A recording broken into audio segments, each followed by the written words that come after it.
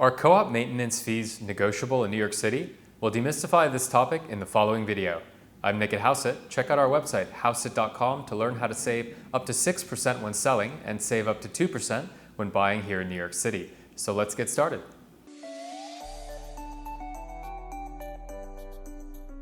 Co-op monthly maintenance fees in New York City are not negotiable. The amount of monthly maintenance and the rate and frequency of any increases is set by each co-op's board of managers and ultimately driven by a building's cost of operations. The specific monthly maintenance paid by an individual unit owner is determined by the number of shares assigned to a particular apartment relative to the total share count in the building. Co-op shares in a building are assigned to each unit based on a number of factors, including square footage and which floor the apartment is on. For example, a top floor apartment may be allocated, say, 300 shares compared to only 75 shares for a smaller unit on the second floor. Both monthly maintenance and special assessments are allocated proportionally across individual co-op units within a building based on the number of shares owned. Co-op maintenance fees for similar apartments in different buildings can vary widely. This is because each co-op building has its own unique finances, streams of income, and associated operating costs.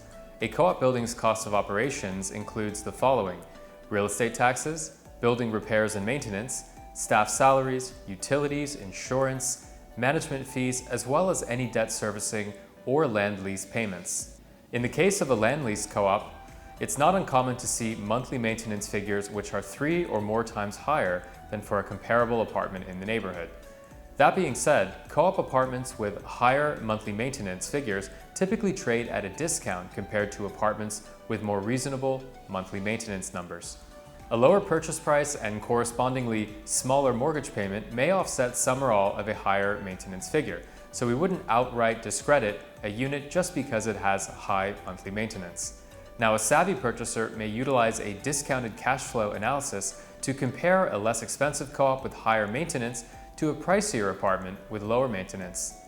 While co-op maintenance fees and assessments are not negotiable from the perspective of a unit owner, it may be possible as a buyer to negotiate with a seller and ask them to cover some or all of any ongoing or upcoming assessment. If you're thinking of buying a co-op but you're concerned about high maintenance, just remember one thing: monthly maintenance only goes in one direction, and that's up. All else equal, you should expect to be paying less money for an apartment with higher maintenance.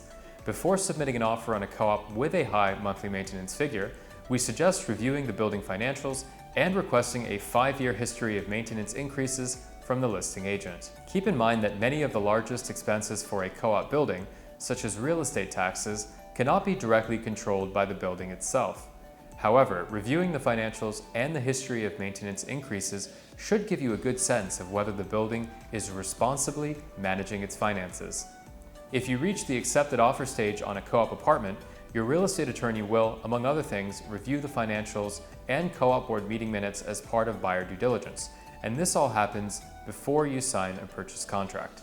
As a co-op shareholder, you can indirectly influence future maintenance increases and the size of any special assessments by voting for board members and/or serving on the co-op board directly. Now, it may be easier to exert more influence in a smaller building, particularly if it is self-managed, since you'll have easier access to the board members and less red tape without having a management team in place. In conclusion, co-op monthly maintenance fees in New York City are not negotiable. Once they're set by the board, maintenance fees and assessments become the responsibility of each unit owner. It is not possible as an owner or as a purchaser to renegotiate or in any way, shape, or form change the obligations that are the responsibility of an individual apartment owner. So we hope you enjoyed this video, and if you did, please like, subscribe, and leave us a comment. We'd greatly appreciate it. I'm Nick at Hauseit, and we'll see you on the next video.